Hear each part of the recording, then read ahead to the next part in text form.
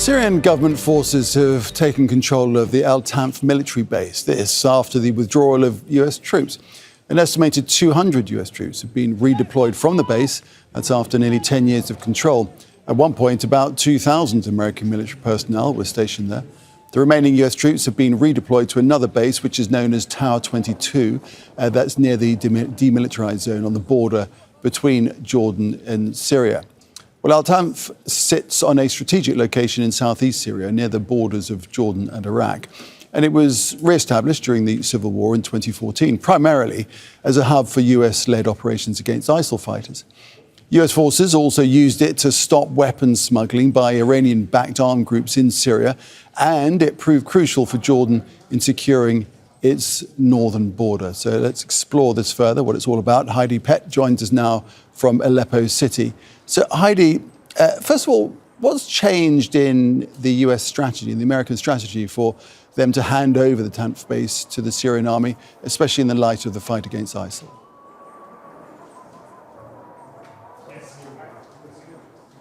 So this marks part of a broader change in US strategy in the region.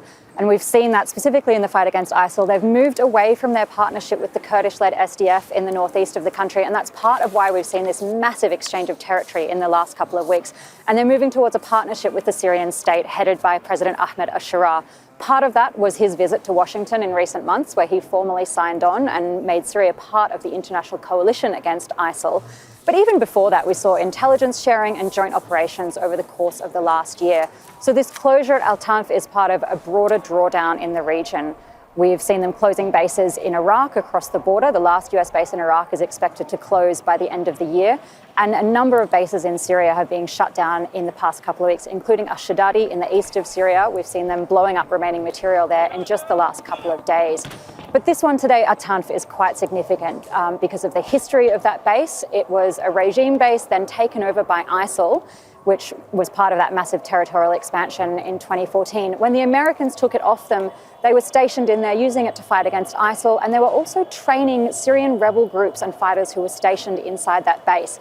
Those troops have now been integrated into the Syrian government. And so this move is part of this wider change, a consolidation of the policy, moving away from working with non-state actors like the SDF and Syrian rebel groups to working with the Syrian government. And so, Heidi, just while we've got you there, bring us up to speed on the latest situation in the Kurdish majority town of Kobani.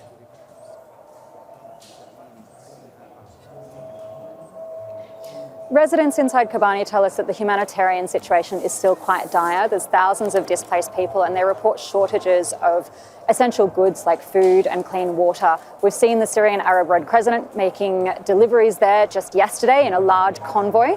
But what we have not yet seen is the entry of the Syrian state as part of the phased implementation of this agreement between them and the SDF. So we saw a small deployment of Syrian Internal Security Command go into Kurdish-administered cities like Hasaka and Kobani in the last couple of weeks. But they're still in negotiations with the SDF about when and how they'll deploy to Kobani. Heidi, thanks for that. Heidi Pett there, updating us from Aleppo. Thank you. Don't miss out. Get a full picture. Subscribe to Al Jazeera for reliable news, expert insight. Like, share, stay ahead.